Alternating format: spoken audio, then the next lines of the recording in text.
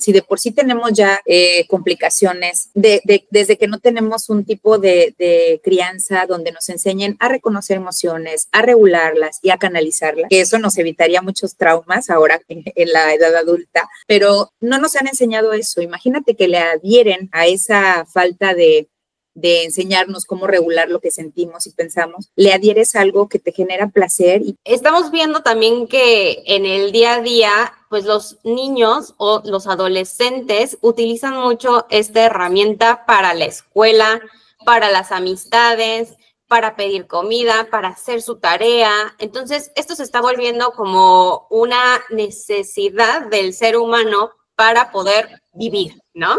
Entonces, ¿cómo tú crees que pudiéramos encontrar un balance dentro de nuestro día a día? Uno, primero como papás, yo no soy mamá, pero los papás son los que dan el ejemplo a los hijos. Entonces, sí, uno como papá, ¿cómo pudiera empezar a concientizarse a él mismo para después, entonces ahora sí, aplicar el ejemplo con los hijos? Los niños desde chiquitos les estás dando dopamina de un aparato que cuando se lo quites, lógicamente viene el berrinche, viene el enojo, viene la lloradera, etcétera. Se necesita eso, supervisión. Ahora, ya está el problema en un niño de 8, 9 años, 12, etcétera. ¿Qué es lo que hay que hacer? Hablar con el hijo. Prevenir es mejor que intervenir demasiado tarde.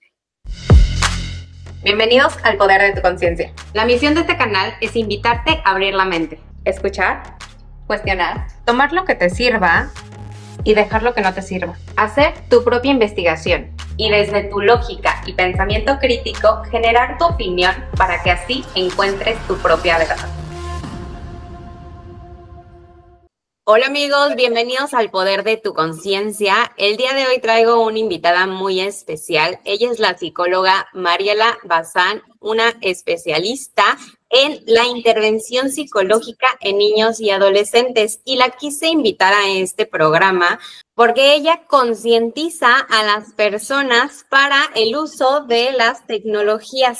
Aquí no queremos ni satanizarlas, pero tampoco queremos irnos al polo opuesto. Lo que queremos es tener esta plática para concientizarnos a todos de estas herramientas que utilizamos en el día a día. ¿Cómo estás, Mariela? Bienvenida. Hola, muchas gracias.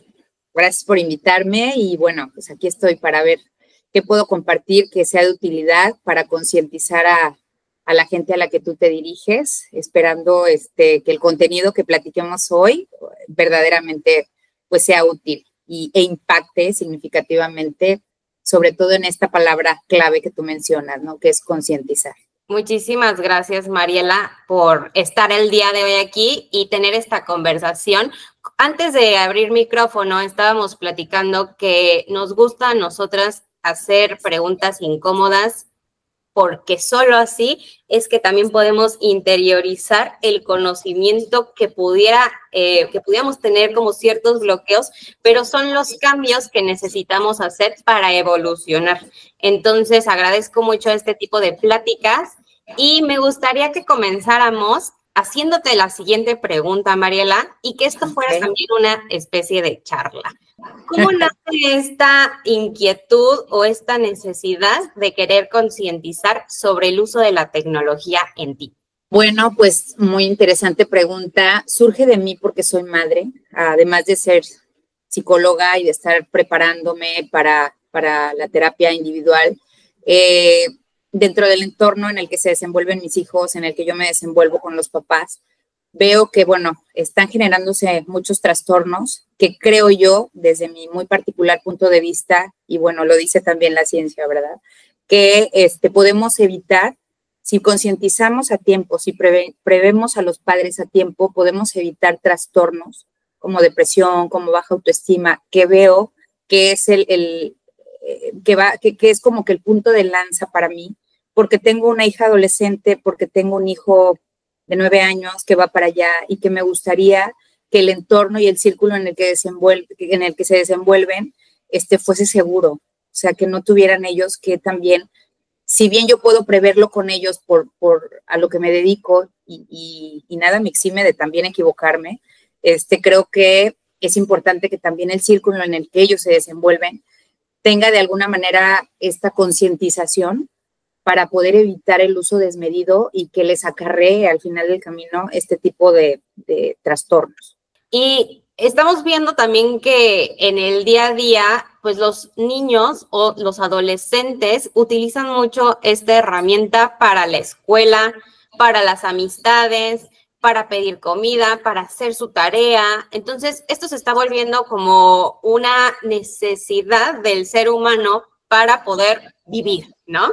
Entonces, ¿cómo tú crees que pudiéramos encontrar un balance dentro de nuestro día a día? Uno, primero como papás, yo no soy mamá, pero los papás son los que dan el ejemplo a los hijos.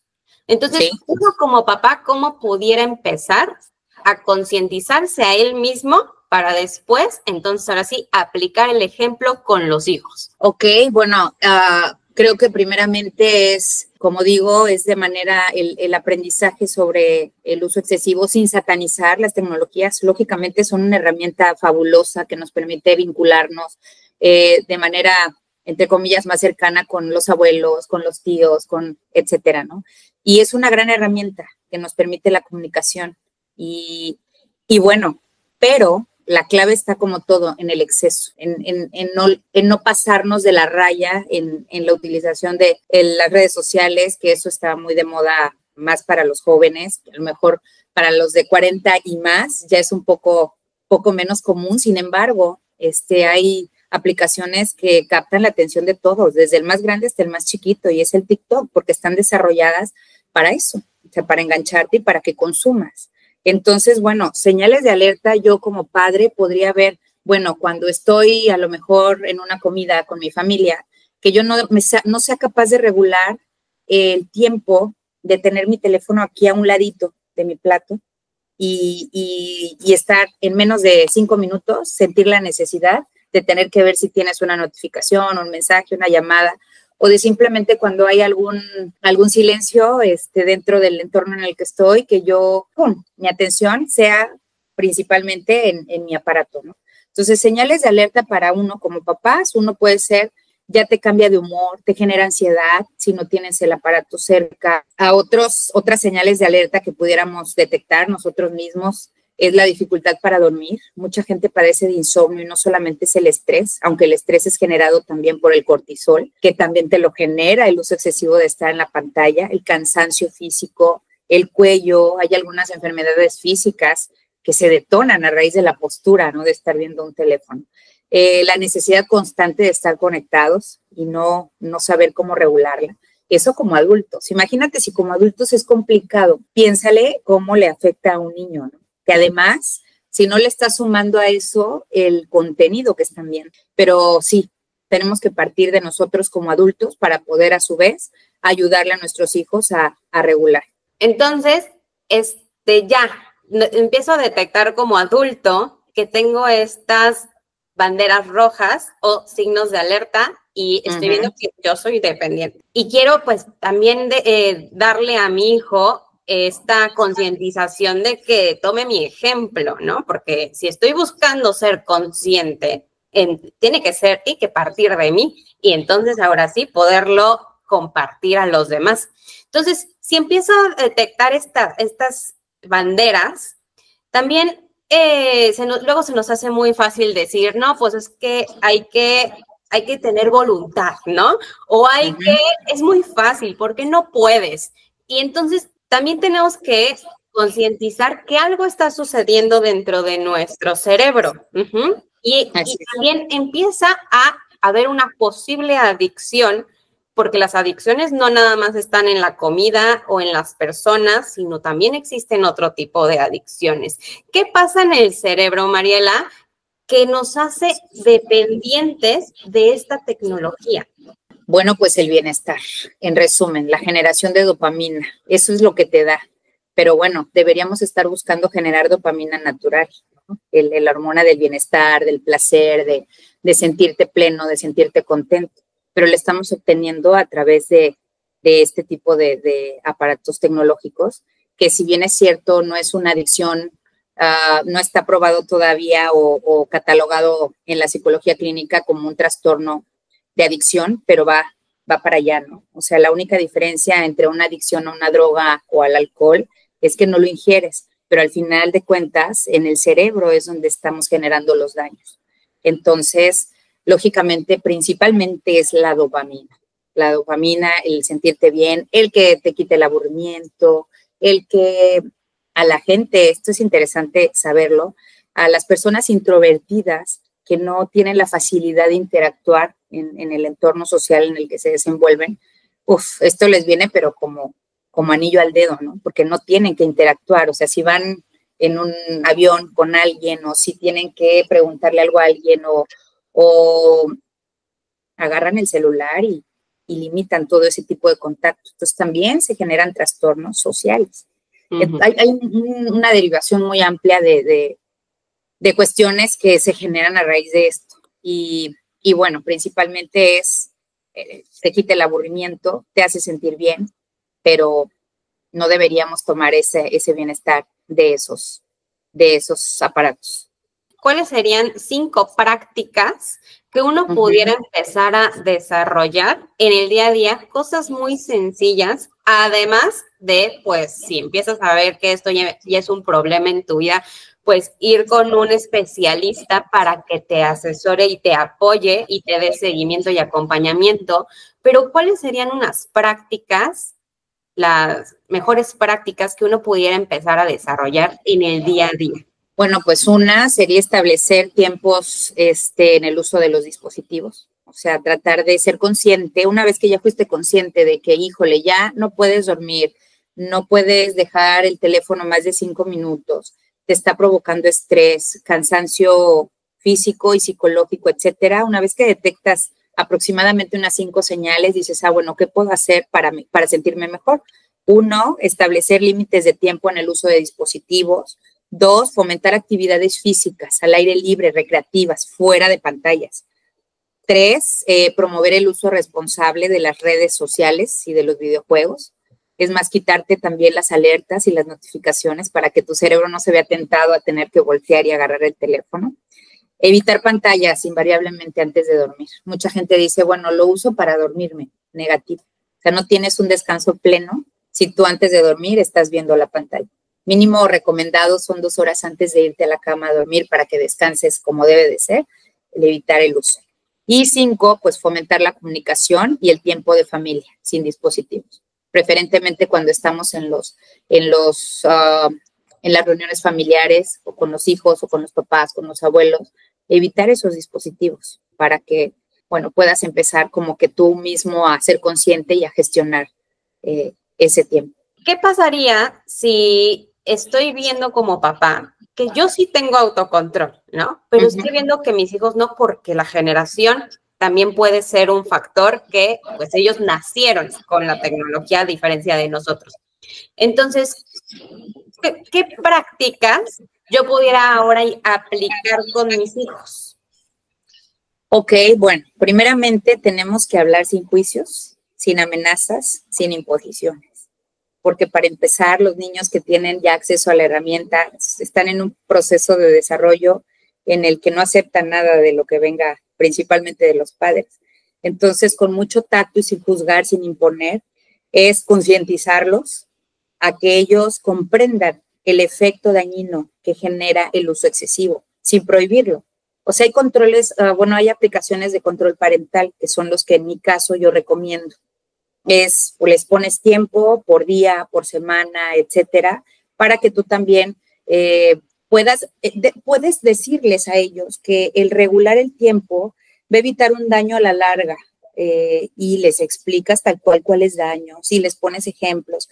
Todo este vocabulario siempre va a ir enfocado a la edad que tiene el niño. Y lógicamente también hacer ver y decir, bueno, si yo en algún momento tomo mucho mi aparato telefónico es porque estoy trabajando. Sin embargo, cuando hay actividades ajenas a eso, yo lo voy a dejar a un lado, ¿no? Y empezar a predicar con el ejemplo. Los niños aprenden por imitación más que verbalmente. Entonces, si ven que tú gestionas tu tiempo y ven que cuando están todos en la mesa comiendo, nadie tiene un teléfono porque tú como adulto, como papá, lo vas a promover, lógicamente los niños van a ir guiándose de ese ejemplo. Y siempre explicarles las consecuencias, sin imposición, sin juzgar. Eso te diría yo. Ok, Mariela, ¿y cuáles serían las consecuencias para todos aquellos que no sabemos de este tema? ¿Qué pasa a la larga en tanto los niños, adolescentes, ya cuando se convierten en adultos? ¿Qué afectaciones hay cognitivamente, psicológicamente, emocionalmente? ¿Qué sucede en nosotros? Se generan trastornos de ansiedad, depresión, baja autoestima, que son los principales. Con algunos niños que he trabajado o adolescentes principalmente, esto abunda, o sea, impera cada vez más y mucho viene a raíz de las redes sociales. Las niñas, por ejemplo, cuando hacen una publicación en Instagram, ¿no? Y de pronto no hay un like, un me encanta o un comentario positivo, o en Facebook, ¿cómo te sientes? Como adolescente que estás en pleno proceso de cambio físico, psicológico, social, y estás en una etapa donde necesitas ser aceptado. El sentido de pertenencia lo tienes latente. Entonces, si no vienen esas aceptaciones o admiración por lo que subiste, ¿cómo te hace sentir eso? Como adolescente, ¿no? Si como adulto puedes sentirlo y de alguna manera puedes un poco más regular lo que sientes o tus emociones, ¿qué siente una niña, no? O un niño. Y entonces eso va generando baja autoestima. Y la ansiedad definitivamente, o sea, el que no te contesten, el no poder evitar el tener la herramienta ahí porque ya de otra manera tu día es aburrido y nada te divierte y todo lo bueno está en ese aparato o en esas redes sociales.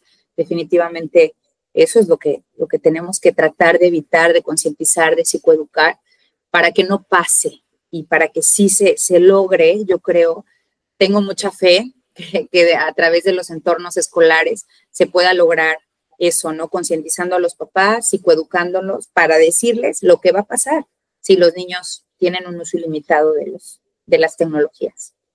Ok, entonces está el papá viendo que el hijo no le está haciendo caso. Está encerrado en su cuarto y con el celular y no le está haciendo caso. Y entonces llega esta impotencia con el papá o la mamá y dices que no lo puedo controlar y hasta se escapa de la casa porque ya hay una batalla interna de entre papás e hijos. Para no llegar a ese punto, sí.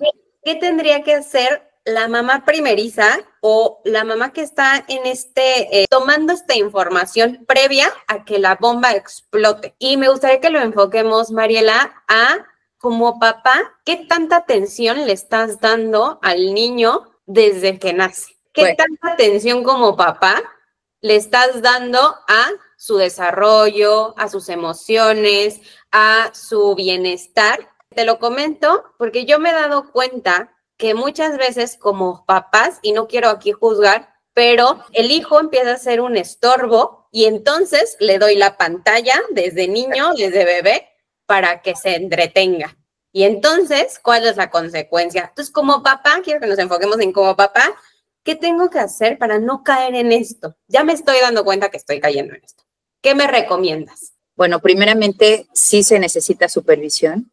O sea, sí necesitamos como papás estar al tanto. Es muy lamentable y voy a adentrarme un poco más en las experiencias de mi entorno que he visto, que niños de 1 año, de 2 años, de 3 años tienen la pantalla ahí, ¿no? Y dicen, bueno, pero es que está viendo que son caricaturas educativas. Sí, pero no importa, o sea, no es lo que veo, no es el contenido, que me queda claro que como papá le vas a dar un contenido, pues que consideras es bueno o que les enseña algo. Sin embargo, ningún niño tendría por qué tener una pantalla a una temprana edad. Entonces, el niño, el proceso de desarrollo cognitivo, social, psicomotriz, se lo estamos inhibiendo.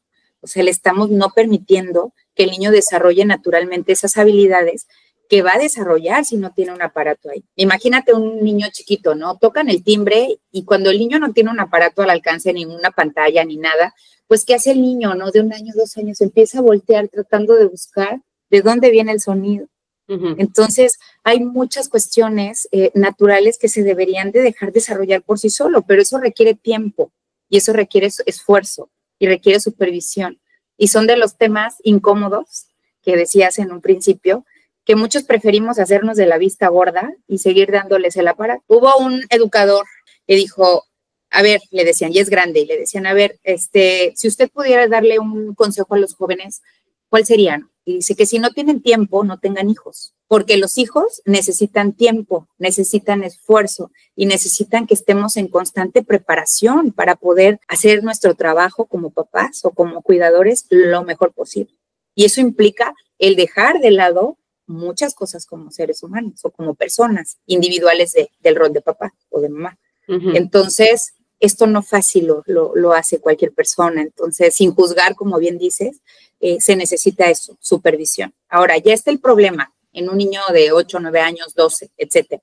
¿Qué es lo que hay que hacer? Hablar con el hijo. No se trata, de prohibir. Y te decía hace un momento, no de prohibir ni de juzgar, sino de indagar. Indagar con la escucha. Lanzas una pregunta y escuchas, porque a través de lo que te diga tú vas a saber qué hacer y cómo responder. Entonces, indagar. ¿Qué usualmente ves, ¿no? Cuando estás tan enganchado a la pantalla? ¿Qué son los temas que te interesa ver ahí, ¿no? Y luego poner límites con afecto, o sea, horarios claros, espacios sin pantalla, también ofrecerles alternativas reales como una clase de lectura o una clase deportiva de la disciplina que más le guste, de tiempo de compartir con sus amigos, de invitar a un amigo a casa para que se sienta contento y lógicamente pues la condición ahí sería fuera de pantallas, por eso tienes a alguien con quien interactuar en vivo, ¿no? Y bueno, observar qué emociones hay detrás, porque también puede ser que los niños que son muy introvertidos se refugien mucho en las pantallas, precisamente porque no tienen la habilidad para tener vínculos reales o sociales con su entorno. Y bueno, si ya esto no es posible porque se sale de control, hay que buscar ayuda psicológica. Prevenir es mejor que intervenir demasiado tarde. Esas son mis recomendaciones como papá, como mamá. Y ningún niño tendría que tener las pantallas cerca hasta los 12 años. Y si quieres, hay un cuadro muy importante que te quiero compartir, que se trata del tiempo recomendado en las pantallas. De 1 a 2 años, evitar el uso de las pantallas. Absolutamente, salvo videollamadas ocasionales y de un ratito, ¿no? Con los abuelos, con los tíos, con los primos y se acabó. De 3 a 5 años, máximo 1 hora al día y con contenido educativo y supervisado. De 6 a 12 años, 1 a 2 horas máximo al día, priorizando actividades educativas y recreativas. De 13 a 18 años, 2 a 3 horas al día, evitando el uso antes de dormir. Y en adultos, pues lógicamente no hay límite, pero se recomienda pausas frecuentes y evitar el uso prolongado antes de dormir. Si yo te lo pudiera poner en un cuadro, ese sería. Ahora, ¿qué pasa si yo excedo de 0 a los 2 años y le doy el aparato al niño? Retraso en el desarrollo del lenguaje, afectando la interacción social, dificultades en la regulación emocional. Los niños desde chiquitos les estás dando dopamina de un aparato que cuando se lo quites, lógicamente viene el berrinche, viene el enojo, viene la lloradera, etcétera. Pero lo estamos provocando nosotros como adultos responsables. Tendríamos que estar buscando su desarrollo sano e integral. Y bueno, de 3 a 5 años, déficit de atención, alteraciones del sueño, irritabilidad.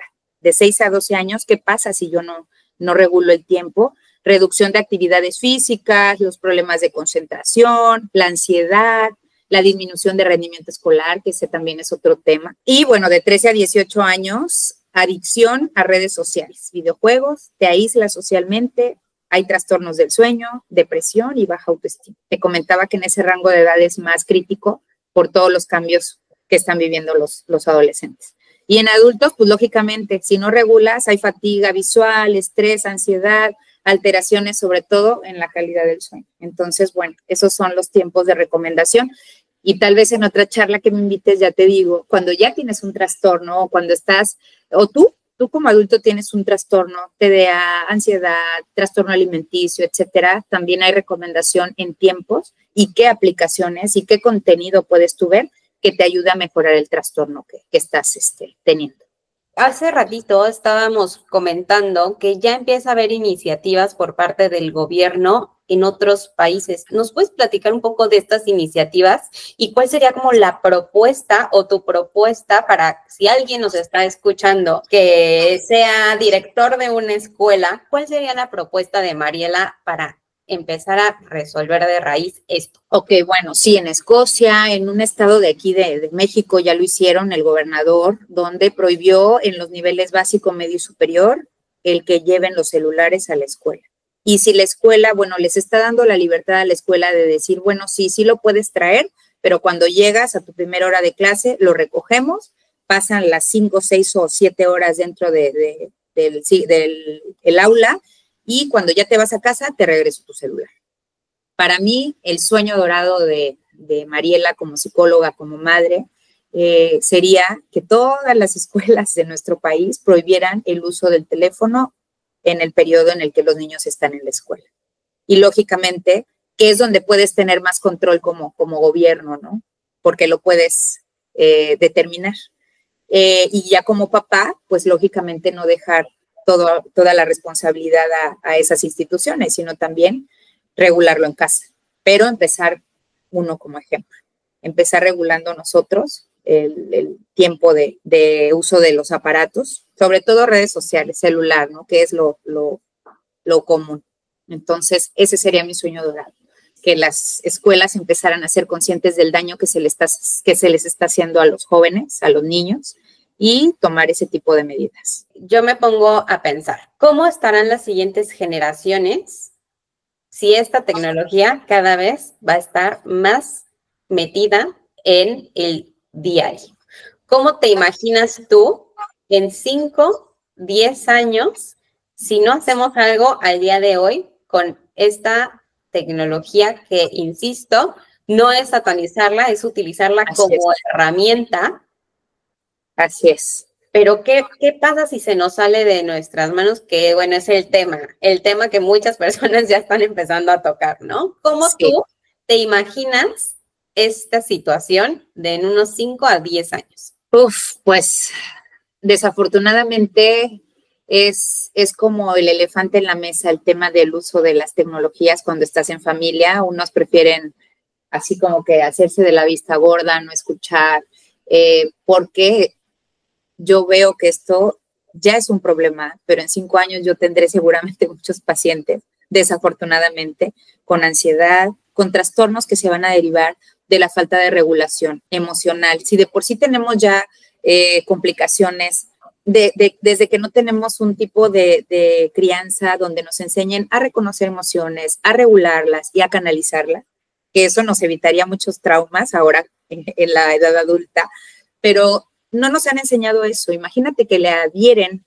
a esa falta de enseñarnos cómo regular lo que sentimos y pensamos, le adhieres algo que te genera placer y que además no es un placer real, o sea, es una sensación momentánea. Entonces, yo nos veo en 5 años con un problema más grande. Ojalá que muchos psicólogos, psiquiatras, como muchos lo están haciendo, ¿no? Y que yo me estoy sumando a difundir este tipo de información y a concientizar, porque creo que hay mucho que se puede hacer todavía desde la conciencia, desde la psicoeducación, desde decirles, mira, esto es lo que va a pasar. O sea, tu hijo es la persona que más amas en el mundo, ¿no? Entonces, ayudemos a evitar que al rato tú tengas que venir aquí a mi consultorio con un trastorno de depresión o peor aún, cuando ya es esto el límite, ¿no? Donde los niños se suicidan, donde adolescentes se suicidan por haber a lo mejor no estado atentos de supervisar muchas cuestiones de la cabecita, ¿no?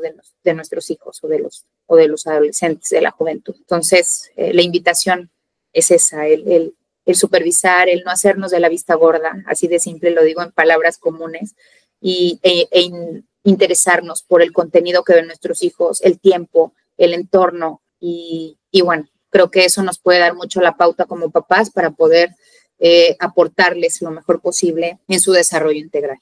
Sí, me gusta mucho lo que comentas, Mariela. Como papás, los que sean papás, tienen una gran responsabilidad por la siguiente generación, que cada vez, como yo lo platico, esta Matrix nos da más obstáculos. Y nosotros tenemos que hacernos de herramientas para esquivarlos y que no nos consuma esto. Entonces, aquí también yo lo que invito al público a que nos está viendo es que desde que empezamos a tomar conciencia, desde que inicia este despertar de cuestionamiento de cómo puedo yo mejorar como persona para que mi alrededor, en este caso mis hijos, puedan también tomar conciencia y evolucionar junto con la familia, es empezar a hacer un tema de ir al interior a través de prácticas como meditación, mindfulness, respiración consciente, porque también ahí algo sucede en nuestro cerebro que empezamos a dejar de necesitar cosas externas, o en este caso, la tecnología. Entonces, también yo invito mucho al público a empezar a desarrollar prácticas donde se involucre un trabajo interno. Más que luchar con la tecnología es enseñarnos, psicoeducarnos y enseñar a nuestros hijos, a nuestro entorno,